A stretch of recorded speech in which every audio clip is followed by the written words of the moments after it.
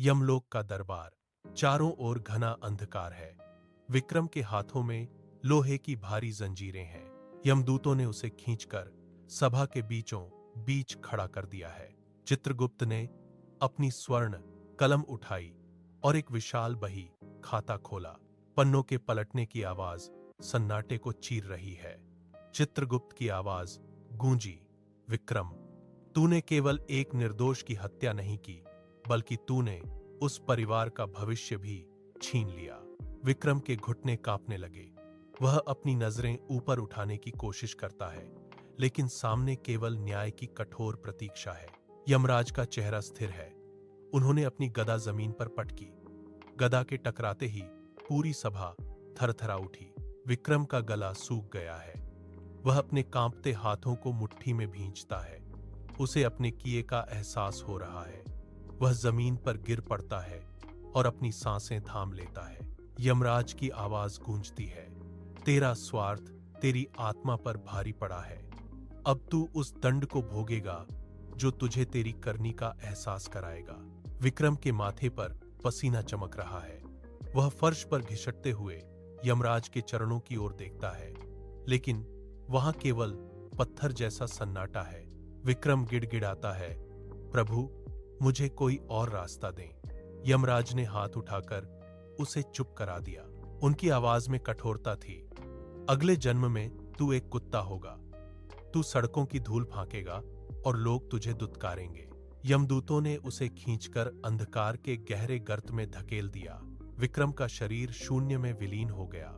पलक झपकते ही पृथ्वी की एक तंग और कीचड़ भरी गली में एक पिल्ले का जन्म हुआ। वह पिल्ला भूख से कांप रहा है। बारिश की बूंदें उसके शरीर पर गिर रही हैं, जिससे वह और भी ठिठुरने लगता है। गली के लोग वहां से गुजरते हैं और उसे लात मारकर दूर हटा देते हैं। पिल्ला दर्द से कराहता है, लेकिन कोई सुनने वाला नहीं है। वह कचरे के ढेर के पास दुबक कर बैठता है। जब भी वह किसी इंसान को देखता है, उसे उस निर्दोष व्यक्ति का चेहरा याद आता है जिसकी उसने हत्या की थी।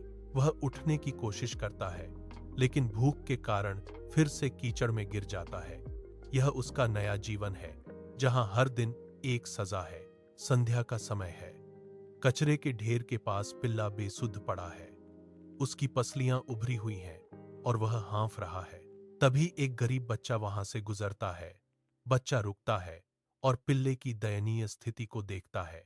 वह अपने फटे हुए झोले से एक रोटी का टुकड़ा निकालता है। बच्चा धीरे से झुकता है और रोटी पिल्ले के थूथन के पास रख देता है। पिल्ला पहले पीछे हटता है, फिर कांपते हुए रोटी को सूंघता है। वह रोटी का टुकड़ा निगल जाता है। पहली बार उसे किसी ने चोट नहीं पहुंचाई। पिल्ला बच्चे की आंखों में देखता है। उसे पहली बार दया का एहसास होता है। वह बच्चा वहां से चलने लगता है। पिल्ला लड़खड़ाते हुए अपने चारों पैरों पर खड़ा होता है। वह बच्चे के पीछे पीछे चलने लगता है। जब बच्चा सड़क के किनारे बैठता है, पिल्ला उसके पास जाकर बैठ जाता है। वह अपने कान खड़े रखता है। अब वह केवल एक भूखा जीव नहीं है, वह उस बच्चे का रक्षक बन चुका है। वह अब उस बच्चे की छाया की तरह उसके साथ रहता है। सड़क पर चहल पहल है। बच्चा सड़क पार करने के लिए कदम बढ़ाता है। पिल्ला उसके पीछे है। उसकी सतर्क नजरें हर तरफ घूम रही हैं। अचानक एक तेज रफ्तार गाड़ी मोड़ से निकलती है। टायर की रगड़ से सड़क पर तीखी आवाज गूंजती है। बच्चा गाड़ी की गति को नहीं देख पाता। पिल्ला खतरे को भांप लेता है। वह बिना सोचे अपनी पूरी ताकत लगाकर छलांग लगाता है। वह बच्चे के शरीर से टकराता है और उसे धकेलकर सड़क के किनारे सुरक्षित कर देता है। गाड़ी की टक्कर पिल्ले के पिछले हिस्से पर लगती है। वह हवा में उछलकर दूर जाकर गिरता है। सड़क पर धूल उड़ती है। पिल्ला कीचड़ में पड़ा है। उसके शरीर से खून रिस रहा है। वह उठने की कोशिश करता है, लेकिन उसके पैर साथ नहीं दे रहे। बच्चा दौड़कर उसके पास आता है और उसे अपनी गोद में उठाता है। पिल्ले की सांसें तेज हैं। उसकी आंखें धुंधली हो रही हैं। वह बच्चे के हाथ को धीरे से चाटता है। वह अब कांप नहीं रहा। उसने उस बच्चे को बचा लिया है।